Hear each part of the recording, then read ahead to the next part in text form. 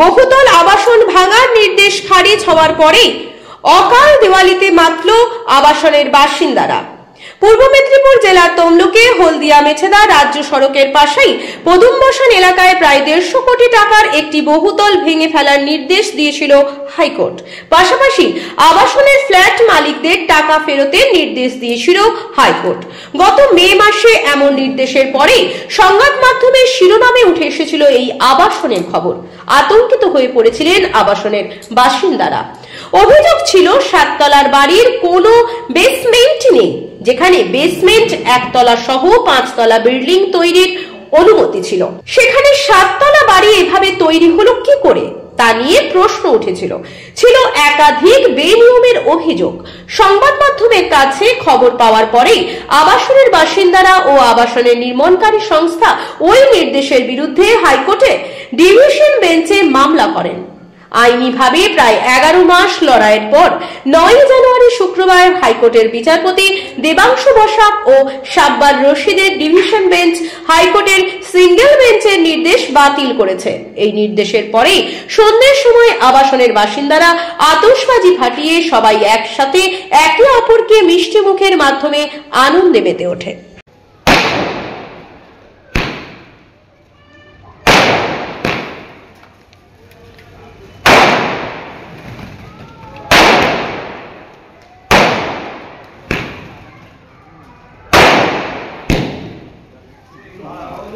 প্রথমেই আমি বলে রাখি, আপনাদের সমস্ত সংবাদ মাধ্যমকে ধন্যবাদ এবং কৃতজ্ঞতা জানাই। আজকে আপনারা একটু আগে দেখতে পেলেন যে আমাদের যে অকাল দিওয়ালি যে উদযাপন করা হলো তার এক বিশেষ কারণ আছে। বিগত মে মাসের 9 তারিখে আমরা সংবাদ মাধ্যম থেকে জানতে পারি যে আমাদের এই যে বিশাল আবাসন, তমলুক তথা পূর্ব মেদিনীপুরের সবথেকে যে বড় আবাসন, তা সিঙ্গেল বেঞ্চের অর্ডারে সম্পূর্ণ কমপ্লিট ডেমোলিশনের অর্ডার ছিল এবং সেই থেকে 10 মাস প্রায় 11 মাস ধরে আমাদের, এবং আমরা সেটা জানতাম না, সম্পূর্ণ সংবাদ মাধ্যম থেকে জেনেছি এবং তারপর সেটাতে আমরাও তার পার্টি হয় এবং সেই থেকে 10 মাস বা 11 মাস, আজকে জানুয়ারির 9 তারিখ, মে মাসের 9 তারিখে যে দুশ্চিন্তা, যে অনিশ্চয়তা, যে বিরিদ্র রজনীর মধ্যে আমরা দিন কাটিয়েছি, সেই দুশ্চিন্তা অনিশ্চয়তার কালো মেঘ আজকে সরে গিয়েছে। মহামান্য ডিভিশন বেঞ্চের মাননীয় দেবাংশু বসাকের বেঞ্চে আজকে সিঙ্গেল বেঞ্চের যে ডেমোলিশনের যে অর্ডার ছিল সেটা সম্পূর্ণভাবে খারিজ করে দিয়েছে।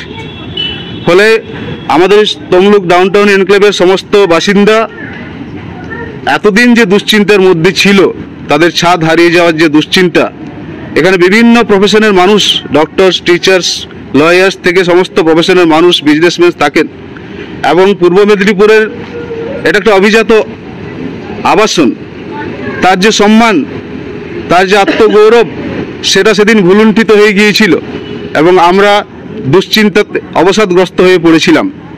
সেই অবসাদ থেকে আজকে আমাদের মুক্তি হয়েছে এবং এই দীর্ঘ আইনি লড়াইয়ে অ্যাসোসিয়েশনের সেক্রেটারি হিসেবে এবং লিগ্যাল কমিটির পক্ষ থেকে সমস্ত আমাদের ফ্ল্যাটবাসী, সমস্ত আবাসিক বৃন্দকে আমি কৃতজ্ঞতা জানাই। তারা সমস্তটাই আকুণ্ঠ সমর্থন করেছেন এবং পাশে থেকেছেন এবং আমরা আশা করি ভবিষ্যতেও আমরা এরকমভাবে পাশে থাকব এবং সমস্ত মিডিয়া হাউসকেও কৃতজ্ঞতা জানাই আপনারা আমাদের এই নিউজ কভার করার জন্য এবং অতীতেও যেভাবে আমাদের কাছে আপনারা খবর পৌঁছে দিয়েছিলেন এবং এই যে আমাদের আইনি লড়াই তাতেও আপনারা পাশে ছিলেন, সেজন্য কৃতজ্ঞতা জানাই।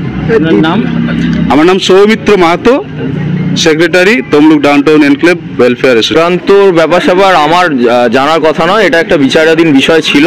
তো আমরা যেটা চক্রান্ত বা অন্যান্য ব্যাপারকে আমাদের মতো সাধারণ মানুষের পক্ষে বলা সম্ভব নয়।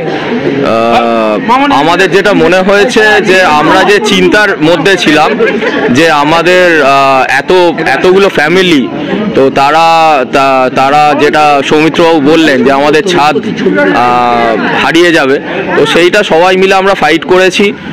আমরা বলতে আমাদের লিগ্যাল কমিটি আমাদের অ্যাসোসিয়েশনের যারা মেম্বার্স ছিলেন তারা অনেকবার করে সৌমিত্রবাবু, কৌশিকবাবুর কথা ওঠেনি, তারা 11-12 বার করে কোর্টে গেছেন।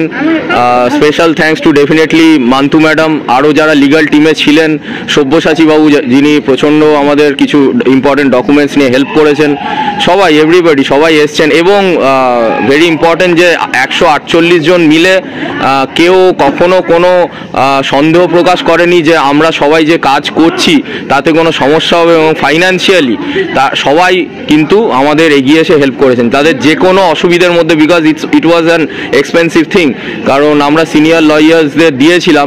তো সেইটাতে আমি প্রত্যেকজন ফ্ল্যাট ওনার্সদের আমি ধন্যবাদ জানাবো যে তারা ফাইন্যান্সিয়ালি এবং ইমোশনালি আমাদের উপর সবার উপর বিশ্বাস রেখে কাজ করেছেন।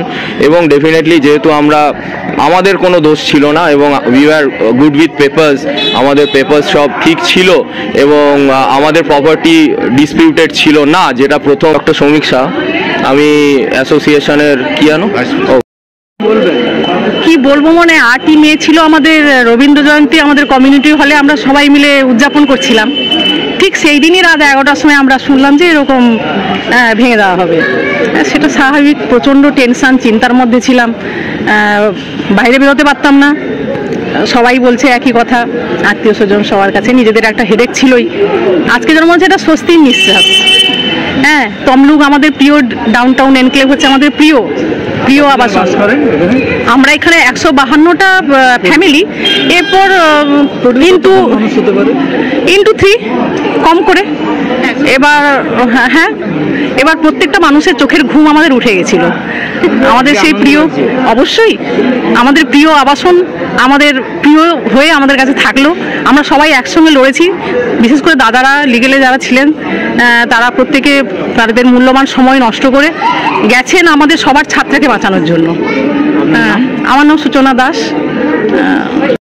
হ্যাঁ, আজকে 9 জানুয়ারি, এটা একটা স্পেশাল ডেট আমাদের কাছে, কারণ দীর্ঘ মে মাস থেকে ডেমোলিশনের ভার্ডিক্ট আসার পর থেকে আমরা প্রত্যেক আবাসনবাসীরাই প্রচণ্ড চিন্তিত ছিলাম এবং দীর্ঘদিনের যে সেই আইনি অস্বস্তি, সেটা থেকে আজকে আমরা ফাইনালি রিলিফ পেলাম।